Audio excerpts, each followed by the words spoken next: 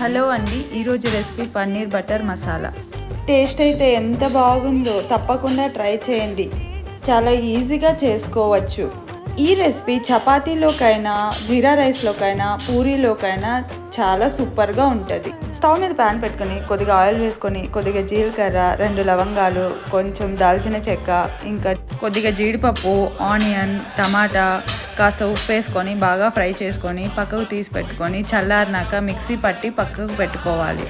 ఇప్పుడు అదే ప్యాన్లో బటర్ వేసుకొని, బటర్ వేడయ్యాక ఆనియన్ ముక్కలు వేసి బాగా ఫ్రై చేసుకొని, 1 స్పూన్ అల్లం వెల్లుల్లి పేస్ట్ వేసి, అల్లం వెల్లుల్లి పేస్ట్ పచ్చివాసన పోయేంత వరకు ఫ్రై చేసుకోవాలి. ఇప్పుడు మిక్సీ పట్టిన మసాలా వేసి ఫ్రై చేసుకోవాలి. ఇందులోకి కొద్దిగా కారం, ధనియా పౌడర్ వేసి కలుపుకోవాలి. 1 స్పూన్ కస్తూరి మేతి వేసి ఒక 5 నిమిషాలు ఫ్రై చేసుకోవాలి. ఇప్పుడు ముందుగా ఫ్రై చేసుకున్న పన్నీర్ని వేసి ఒక 2 నిమిషాలు కుక్ చేసుకుంటే పన్నీర్ బటర్ మసాలా రెడీ.